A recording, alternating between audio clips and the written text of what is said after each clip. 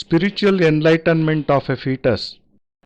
Garbasth Chaitya Shishu Dhanyorva Mataha, says Ashtavakra Rishi.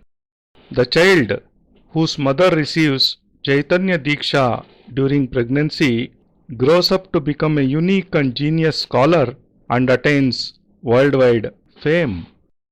मैं गर्भस्थ बालक को चेतना देता हूँ, इस विषय पर मुझे बोलने के लिए आमंत्रित किया है और यह विषय मानव जाति के लिए अत्यधिक महत्वपूर्ण और जरूरी है, अत्यधिक आवश्यक और अनिवार्य है। अनिवार्य इसलिए कि ब्रह्मांड का केंद्र बिंदु मनुष्य है। यदि हम मनुष्य के अस्तित्व को नकार दें, यदि मनुष्य को इस ब्रह्मांड से निकाल दें, तो पीछे कुछ भी नहीं बचेगा। इसलिए सारा ज्ञान और विज्ञान केवल एक ही केंद्र बिंदु पर आधारित है। एक ही चिंतन, एक ही विचार, एक ही धारणा, एक ही ध्यान और एक ही तथ्य पर अपने को अग्रसर कर रहा है कि किस प्रकार से मनुष्य को पूर्ण सुखी, पूर्ण सफल, पूर्ण सभ्य और पूर्ण उन्नत बनाया जाए। और उसको उन्नत बनाने के लिए, उसको पूर्ण सभ्य बनाने के लिए, उसको चेतना देने के लिए इन सब तथ्यों और तत्वों की आवश्यकता पड़ी है। इन तत्वों में धर्म है, इन तत्वों में विज्ञान है, ज्ञान है, शास्त्र है, क्रिया है, समाधि है, ध्यान है, धारणा है और अन्य जितने भी क्रियाकलाप हैं, उन सब क्रियाकलापों का निष्कर्ष एक ही है कि हम मनुष्य को ज्यादा से ज्यादा योग्य, ज्यादा से ज्यादा सफल, ज्यादा से ज्यादा उन्नत बनाएं। आज विज्ञान यदि वायुयान बनाता है तो वायुयान बनाने के पीछे उसका मकसद और मंतव्य इतना ही है कि मनुष्य एक स्थान से दूसरे स्थान पर जल्दी जा सके। यदि उसने टेलीफोन बनाया है तो उसका पीछे मंतव्य उसका इतना ही है कि मनुष्य अपने आप को ज्यादा सुखी बना सके। यह सारा विज्ञान की प्रगति केवल एक ही केंद्र बिंदु पर आधारित है कि मनुष्य ज्यादा सुखी हो। मनुष्य ज्यादा सुखी बाह्य रूप से भी होना चाहता है, मनुष्य ज्यादा सुखी आंतरिक रूप से भी होना चाहता है। बाह्य रूप से ज्यादा सुखी होने के लिए उसे विज्ञान के उपकरणों की आवश्यकता पड़ती है, परंतु आंतरिक रूप से सुखी होने के लिए विज्ञान कोई मदद, कोई सहायता नहीं करता। विज्ञान को अगर उन्नति करनी है तो वह केवल उसके बाह्य रूप को सुखी और सफल बना सकता है।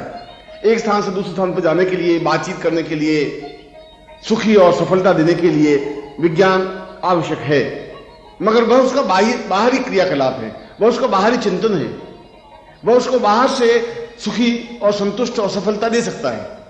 मगर यह जरूरी नहीं है कि यह सब सुख और साधन होते हुए भी मनुष्य पूर्ण आनंद अनुभव कर सके। यह अनिवार्य नहीं है, यह आवश्यक नहीं है, क्योंकि मनुष्य सुख और आनंद अनुभव तभी कर सकता है जब वो आंतरिक रूप से भी सुखी और सफल हो। और आंतरिक रूप से सुखी होने के लिए यह आवश्यक है कि वह धर्म का आश्रय ले, यह आवश्यक है कि वह शास्त्र का आश्रय ले, यह आवश्यक है कि वह उन चिंतन, उन विचारों, उन धारणाओं को अपनाए जो हमारे पूर्वजों ने, हमारे ऋषियों ने हमें प्रदान की है। उसके लिए बाहरी क्रियाकलाप आवश्यक नहीं है, उसके लिए ज्यादा ताम झाम की जरूरत नहीं है। उसके लिए जरूरी है कि हम अंदर की ओर प्रवेश करें। उसके लिए जरूरी है कि हम अंदर अपने जितने भी द्वार हैं, अंदर जितने भी चक्र हैं, उन चक्रों को हम भेदन कर सकें। चाहे वह मणिपुर चक्र हो, चाहे नाह चक्र हो, चाहे आज्ञा चक्र हो, चाहे सहस्रार चक्र हो। जब तक हम आंतरिक रूप से समाधि के माध्यम से अंदर नहीं पहुंच सकेंगे और अंदर जाकर के उस समस्त देहों को पार नहीं कर सकेंगे, तब तक हम जीवन में आनंद की अनुभूति नहीं कर सकते। और यदि मनुष्य के जीवन में आनंद नहीं है तो मनुष्य सुखी भी नहीं है। पलंग पर लेटा लेटा भी करवटे बदलता रहता है, चारों तरफ सुख सुविधाएं होते हुए भी बेचैन और परेशान बना रहता है, क्योंकि उसका मूल उद्देश्य, मूल धर्म, मूल चिंतन, मूल विचार इतना ही है कि वह सभी दृष्टियों से सफल हो, मगर सुखी हो, संतुष्ट हो। और यह संतुष्टि का भाव उसका आत्म केंद्रित भाव है, क्योंकि मनुष्य के बाहरी शरीर के अंदर और भी 6 शरीर हैं। इस प्रकार से इन 7 शरीरों का भेदन करने की क्रिया जीवन की एक अनुभूत क्रिया है। वह चाहे भूलोक हो, स्व, मह, जन, तप और सत्यम, ये समस्त लोग शरीर के अंदर के लोग हैं, शरीर के अंदर के द्वार हैं। इन एक द्वार से दूसरे द्वार, दूसरे से तीसरे, चौथे, पांचवें, छठे और सातवें द्वार पर पहुंचने की क्रिया को अध्यात्म कहते हैं। यह विज्ञान हमें नहीं बता सकता है। विज्ञान के ग्रंथों में इसका कोई उत्तर नहीं है। विज्ञान के पास इसका हल नहीं है। विज्ञान मनुष्य को संतुष्टि नहीं प्रदान कर सकता। विज्ञान मनुष्य को भूख नहीं दे सकता। विज्ञान मनुष्य को उन्नति नहीं दे सकता। विज्ञान मनुष्य को संतुष्टि नहीं दे सकता और विज्ञान मनुष्य को आत्म तृप्ति भी नहीं दे सकता। विज्ञान की लिमिट है, एक सीमा है। वह बाहरी जीवन के चिंतन को तो दे सकता है, आंतरिक जीवन के आनंद को वह प्रदान नहीं कर सकता। और आंतरिक जीवन के आनंद को प्रदान करने की क्रिया को ध्यान कहते हैं, साधना कहते हैं, समाधि कहते हैं। इस ध्यान, इस समाधि और इस साधना को जीवन का आवश्यक तत्व और अनिवार्य तत्व माना गया है। परंतु प्रश्न तो यह है कि क्या यह सभी मनुष्य को सिखाई जा सकती है? क्या इनमें मनुष्य को पारंगत किया जा सकता है? क्या ये सब ज्ञान देने से मनुष्य ज्यादा सुखी और सफल और संतुष्ट और तृप्त हो सकता है? मेरा उत्तर है कि यह पूर्णता प्रदान नहीं कर सकता। केवल शिक्षा देने से और उसको शास्त्र चर्चा करने से मनुष्य के हृदय में उन सातों द्वारों को प्राप्त नहीं कर सकता। वह तो एक प्रयत्न है, वह एक प्रयास है। उस प्रयास में वह ध्यान के माध्यम से, समाधि के माध्यम से अंदर उतरने की क्रिया करता है और वह बाहरी शरीर से अंदर, इस भूलोक से अंदर भूलोक तक पहुंचता है, स्वलोक तक भी पहुंचता है। गायत्री के मूल बिंदु को, मूल बीज को, जहां भूर्भुवः स्वः कहा गया है, वह मूल बिंदु, वह मूल बीज केवल सातों द्वारों को स्पष्ट करने की क्रिया है। और उसमें बताया गया है कि मनुष्य पूर्ण आनंद, मैं आनंद शब्द का प्रयोग कर रहा हूं, सुख शब्द का नहीं। सुख तो बाहरी वस्तुओं से प्राप्त हो सकता है, आनंद तो आंतरिक अनुभूतियों से प्राप्त हो सकता है। और आंतरिक अनुभूतियां जब हम सातवें द्वार तक पहुंचते हैं तब प्राप्त हो सकता है। क्या मनुष्य इस ध्यान के माध्यम से, धारणा के माध्यम से, समाधि के माध्यम से उस सातवें द्वार तक पहुंच सकता है जहां आनंद का सरोवर है, जहां पूर्णता है, जहां तृप्ति है, जहां निश्चिंतता है? पहुंच सकता है, मगर इसके लिए सक्षम और समर्थ गुरु की जरूरत है, जो उसकी उंगली पकड़ करके उसको एहसास कराए, उसको स्पष्ट करे कि इस देह के अंदर एक दूसरी देह है जिसको भूलोक कहा गया है, जिसको स्वलोक कहा गया है, जिसको महालोक, जनलोक, तपलोक और जिसको सत्यलोक कहा गया है। ऐसा तो है नहीं कि पांवों से चल करके हम एक लोक से दूसरे लोक तक या एक द्वार से दूसरे द्वार तक पहुंच सकें। यह तो अंदर उतरने की क्रिया है और अंदर उतरने के लिए जरूरी है कि उस व्यक्ति के साथ साथ गुरु भी उसके अंदर में प्रवेश करे, उसके आंतरिक चेतना को प्रवेश करे, आंतरिक चेतना को थपथपाए, उसके मूल बिंदु को स्पर्श करे, उसके अंदर के द्वार को खोले और भूलोक से आगे जाने पर, भूलोक का जब द्वार खुले तब भूलोक में जाने पर एहसास कर सके कि जीवन का मूल मर्म, जीवन का मूल चिंतन क्या है। भूलोक का तात्पर्य है हम समस्त ब्रह्मांड को समझने का ज्ञान प्राप्त कर सके। और तीसरा द्वार स्वलोक है।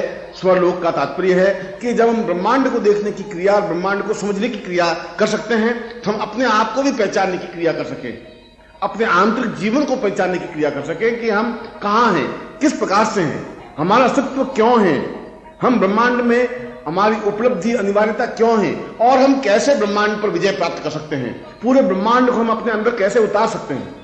ब्रह्मांड को अपने अंदर उतारने की क्रिया स्वलोक में पहुंचने पर संभव है। और जब व्यक्ति स्वलोक तक पहुंच जाता है तब उसका आगे का द्वार महालोक है। और महालोक का तात्पर्य उस ब्रह्मांड के होने वाले कार्यों में, उस ब्रह्मांड में होने वाली हलचल को अपने इंगित से, अपने इशारे से, अपने संकेत से उसमें व्याघात उत्पन्न कर सके, जैसा चाहे उस प्रकार से उन क्रियाओं को कर सके। यदि कोई घटना घट रही है तो उसको अनुकूल और प्रतिकूल बनाया जा सके। यहां बैठे हुए भी इस विश्व में नहीं, पूरे ब्रह्मांड में यदि कोई घटना घटित हो रही है तो वह साक्षी बन सके। यह साक्षी बनने की क्रिया, चाहे वह चंद्रलोक हो, चाहे सूर्यलोक हो, चाहे वरुण लोक हो, चाहे यक्ष लोक हो, कुबेर लोक हो, कोई भी लोक हो, उसमें स्वयं प्रवेश कर सके, जा सके, अपने आप को साक्षीभूत बना सके, वहां के दृश्य को देख सके, और यदि वहां कोई घटना घटित हो रही हो तो उसको अनुकूल और प्रतिकूल बना सके, यह महलोक है। और महलोक के आगे एक और लोक है, एक और द्वार है, जिसको जनलोक कहा गया है। और जन का तात्पर्य है अखंड आनंद की अनुभूतियों को प्राप्त करने की क्रिया। अखंड आनंद का तात्पर्य है कि उसकी देह भले ही बाहर है, मगर अपनी इस देह से भी और सूक्ष्म देह धारण कर सके, और सूक्ष्म देह के माध्यम से वह समस्त ब्रह्मांड में विचरण कर सके, इस सूक्ष्म देह के माध्यम से दूसरे स्थान पर जा सके। जन का तात्पर्य है अपने शरीर को सूक्ष्म करके वापस उसी शरीर को प्राप्त कर देने की क्रिया।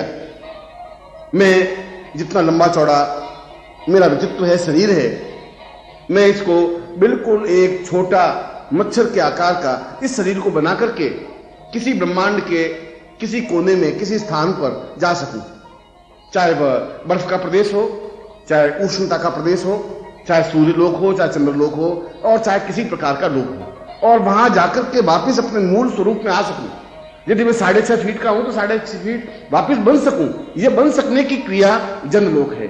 और यह उस जनलोक की क्रिया में पहुंचने पर, उस द्वार को खोलने पर ऐसी क्रिया संभव हो सकती है। बाहरी लोक से विचरण करने पर ऐसा संभव नहीं है। उसके लिए जरूरी है कि आप जनलोक तक पहुंच सकें।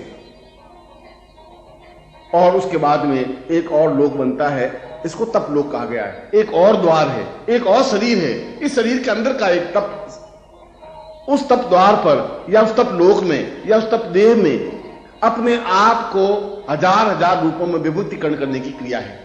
आप एक शरीर है, आप अपने साथ 20 शरीर ठीक उसी आकार के बना सकते हैं। यदि मैं एक हूं तो मैं 20 शरीर बना सकूं, 50 बना सकूं, 100 बना सकूं, और एक ही जैसे रूप, रंग, आकार, विचार, धारणा और चिंतन और सोचना और विचारने की क्रिया के साथ में। और यदि मैं 100 शरीर बना सकता हूं तो एक शरीर से यहां बैठा बैठा बात कर सकता हूं, तो दूसरे शरीर से मैं यहां से 1000 मील दूर बैठा हुआ भी उसी क्षण बात भी कर सकता हूं। तीसरे शरीर से मैं सिद्धासन प्रवेश भी कर सकता हूं। चौथे शरीर से मैं सूर्य लोक में प्रवचन भी कर सकता हूं। 5वें लोक से मैं और क्रिया कर सकता हूं। मनुष्य एक शरीर से जितने शरीर बना लेने की क्रिया बने, एक शरीर को रखते हुए और भी सैकड़ों शरीर बना सके, उसी आकार के, उसी चिंतन से, बुद्धि और भावना के उसी अनुरूप में, उसी अनुपात में, यह तप लोक है, यह तप द्वार है, यह तप जीवन है, यह तप देह है। और यह छठे द्वार तक पहुंचने की क्रिया जब साधक प्राप्त कर लेता है तब अंतिम द्वार तक पहुंचता है, और वह अंतिम द्वार है सत्यम लोक, जो कि इस शरीर के अंदर 7वां द्वार है, 7वां लोक है, 7वां शरीर है। हम केवल ऊपरी शरीर को ही देख सकते हैं, आंख, नाक, कान, हाथ, पांव, मगर इसके नीचे दूसरा जो शरीर है वह भी उसी प्रकार का हाथ, नाक, कान, पांव से युक्त है। फिर तीसरा, फिर चौथा, फिर 5वां, फिर 6ठा और 7वां जो सत्यम है वह अपने आप में पूर्ण ब्रह्मानंद है, पूर्ण अखंडानंद है, अपने आप में पूर्ण चैतन्यता युक्त है। Instilling spiritual enlightenment into a child still in a womb. This subject is very significant and essential for the human beings to comprehend. And this is so because a human is the focus point of the universe. If the human race ceases to exist, then nothing shall remain behind in the universe. All the knowledge, all spiritualism has been concentrated on one single point, the human. A single thought, a single conception, a single speculation keeps resonating in this universe, and that is how to make the human race more comfortable, prosperous, civilized and progressive. In order to achieve all this, in order to instill spiritual enlightenment in the humans, one has to take the help of religion, science, knowledge, shastras, samadhi, dhyan and dharana. The essence of all these and still other activities is to make the humans more capable more successful and more progressive. Science invented aircrafts, and the only motive behind this invention was to make traveling faster and speedier. Science invented telephone, and the only goal was to make communication easier and quicker. All the progress and development in the field of science is motivated by only one thought, and that is to make human life more and more comfortable. But a human wishes to be comfortable not only materially but also spiritually. Science helps him in acquiring all outer comforts, but it can in no way help him acquire inner spiritual comfort. If one wishes to travel fast or to communicate someone, or if one wishes for any other comfort, science does prove handy. But science can provide only with external comforts, and it is not at all necessary that a person shall remain happy even after acquiring all these material amenities. A person can attain true joy and happiness only when he is spiritually enlightened, only when he attains inner peace and comfort. And inner peace can be attained only by following dharma, by studying the shastras, and by adopting the thoughts and ideals of our great ancestors and sages. Attaining such a state does not involve any practice or use of any scientific instrument. Rather, one needs only to enter one's own soul and activate all the chakras. These chakras are subtle centers of vital energy in the body, and they, Manipur, Anahat, Agya, Sahasrar, need to be activated in order to attain true joy. One cannot achieve this state of true joy and comfort until one enters into one's own self through samadhi and realizes all the subtle bodies present within. One may lie on a large soft bed and still feel restless. A human being today has all comforts, all basic amenities. Still he remains anxious and troubled. The reason for this is that the real essence of human life is to attain success in all spheres of life. A human needs to feel contented, and this contentment can be generated only from the inner conscience. Inside the outer physical form, there are 6 more subtle bodies, and the enlivening of all these 7 bodies is the greatest attainment of life. The different loks, worlds, Bhulok, Bhualok, Swalok, Mahalok, Janalok, Tapalok, and Satyam Lok are represented by these 7 bodies in a human being. Each of these loks forms a door to higher spiritual planes, and spiritualism is nothing but passing through all these 7 doors. Science does not have this knowledge. No book on science contains the process to reach these doors. Science cannot satiate the spiritual quest of man, and neither can it offer true contentment. Science cannot help in spiritual progress, and neither can it instill peace into one's soul. And the reason for this is that science has a limit. It can provide with material comforts but cannot generate true joy in life. The process of generation of true joy in life is called dhyan or dharana or samadhi.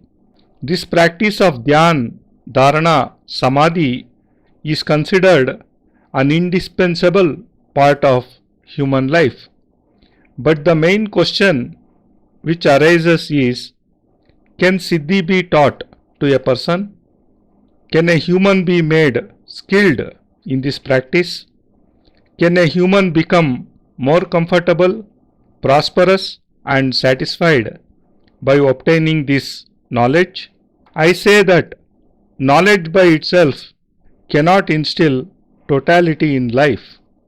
A human cannot cross those 7 doors of spiritualism by just reading about it or listening to discourses on the Shastras. Achieving totality is in fact an attempt, a process to enter into one's own self with the help of Dhyan and Samadhi. It is a practice to enter one's physical body, to cross the Bhulok and all other loks and thus reach the Satyam Lok. The main Bij mantras are basic alphabets of the Gayatri mantra are Bu, Buvaha, Suvaha. These Bij alphabets denote 3 of the 7 doors of spiritualism. It is emphasized in this mantra that a human can attain true joy called Anand only by crossing these 7 doors. I have used the word Anand or joy and not comforts. Comforts can be acquired from material amenities, but joy cannot. Anand can be achieved only through spiritual experiences, and one has such experiences only on reaching the 7th door. Then, can a human reach the 7th door through Dhyan, Dharana and Samadhi? Through these practices, can one achieve that state where there is an ocean of joy, totality, satisfaction and peace? Yes, one can reach that state, but to do so, one needs a capable and competent guru, a guru who can hold one's hand and lead one onto the path of spiritual enlightenment, a guru who can make one realize that inside the physical form there are other subtle bodies called the Bhuvalok, Swalok, Mahalok, Janalok, Tapalok and Satyam Lok. It is not that one can just walk and reach these loks. To reach them, one has to enter one's own soul, and one has to enter along with the Guru, so that he can fill one's heart and soul with divine enlightenment, so that he can activate the source of the vital life force, and so that he can open the doors to spiritualism. The outer physical body represents the Bhulok or the earth.